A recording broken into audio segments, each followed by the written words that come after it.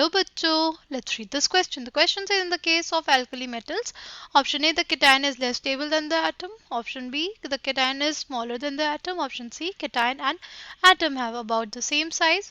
Option D, cation is larger than the atom. The key concept for this question is size of atom and cation.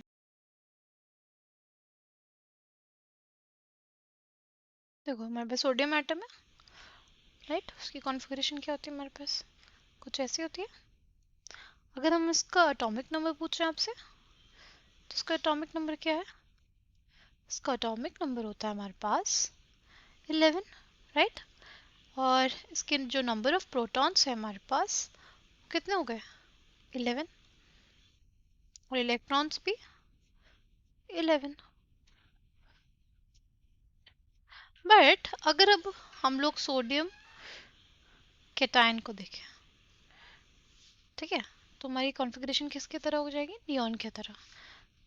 जो हमारा number of protons होंगे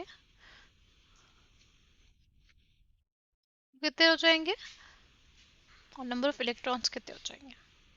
सी, हमने एक electron निकाल दिया, तो इलेक्ट्रॉन कितने हो गए? 10. और प्रोटॉन कितने हो गए?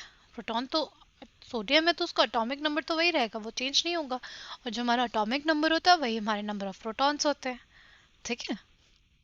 तो हमारे नंबर ऑफ प्रोटॉन्स कितने हैं? अभी भी 11, यानी पॉजिटिव चार्ज थोड़ा ज़्यादा है.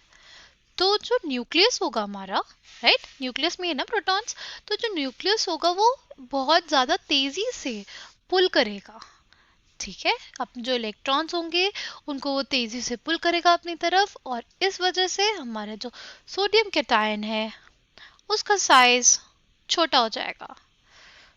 Size of cation smaller than atom.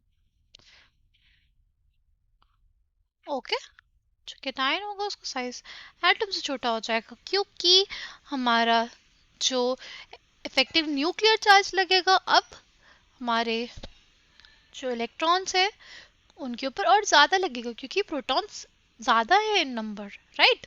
तो उस वजह से और ज़्यादा तेज़ी से खींचेंगे, हमारे जो सोडियम कैटायन है उसका साइज छोटा हो जाएगा. So correct answer for this question is option B. I hope you understood it well. Thank you and all the best.